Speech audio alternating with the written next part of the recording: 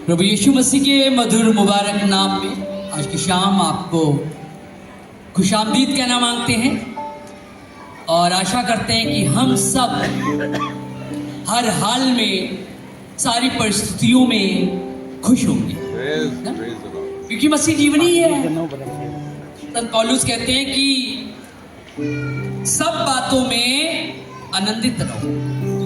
अब कोई व्यक्ति आनंदित है तो उससे तो नहीं कहा जाएगा ना कि आनंदित रहो। आनंदित रहने के लिए, अरे आप क्यों लेंगे, आनंदित रहने के लिए उसी व्यक्ति से कहा जाएगा जिसके जीवन से आनंद चला गया हो।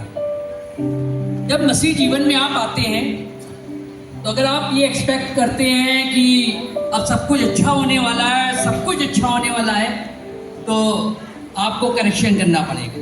मसीह जीवन में प्रवेश करने के बाद सब चीजें उल्टी होने लगती हैं और उसी दरमियान हमको अपने जीवन से उन सब माहौलों में यह प्रूव करना पड़ता है कि खुदावंद का आनंद हमारे जीवन में है। ये सामने लिखा हुआ है, तेरी हुजूरी। जब खुदावंद की हुजूरी किसी पे आती है तो उसके जीवन से बहुत सी चीजें चली जाती हैं, पिलातें, दिक्कतें, परेशानियां। लेकिन बड़ी बात यह नहीं है कि आपके जीवन में खुदा की हुजूरी आए। बड़ी बात तो यह है कि आपका जीवन खुदावंद की हुजूरी में बना रहे। इंडिया के लिए जब भी कहीं मैं कोई मिसाल देता हूं किसी चर्चेस की, तो मेरी पहली पसंद कलीसिया में असेंबली ऑफ बिलीवर चर्च रहती है। ऐसा नहीं कि टोनी भी आ गए इसलिए बोल रहा हूँ, उनसे बहुत दूर के रिश्ते हैं, बहुत सालों बाद मुलाकात होती है, या इजे भैया इसलिए मैं कह रहा हूँ, नहीं, ऐसा नहीं। क्योंकि एबीसी परिवार ने यह सिखाया कि चर्च कलीसिया का रूप होना कैसा चाहिए। क्योंकि जब शुरुआती दौर में, बचपने में हम लोग जाया करते थे, तो जो पास के लोग बैठा करते थे हमारी सीट के, और सालों हम उनके साथ बैठा करते थे, लेकिन ये नहीं मालूम होता था कि ये व्यक्ति का नाम क्या है, इस व्यक्ति का घर कहाँ है, ये आया कहाँ से, सालों साथ में बैठने के बाद भी। लेकिन असेंबली ऑफ बिलीवर चर्च ने सिर्फ परमेश्वर की महिमा करना हमको नहीं सिखाया, बल्कि हमको ये भी सिखाया कि हमको चर्च कि हम सदस्य नहीं हैं, हम चर्च परिवार का एक अंग है।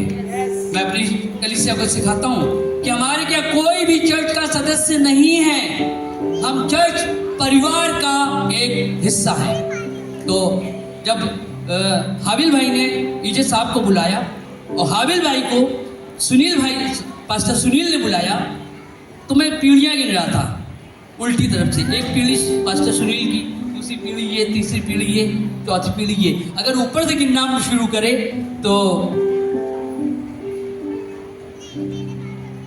कौन सा शब्द इस्तेमाल करे टोरी भैया के लिए, कि उनसे पैदाइश हुई ईजे भैया की, ईजे भैया से पैदाइश हुई इनकी, इनसे पैदाइश हुई पास्टर सुनील की, और पास्टर सुनील से पैदाइश हुई इनकी।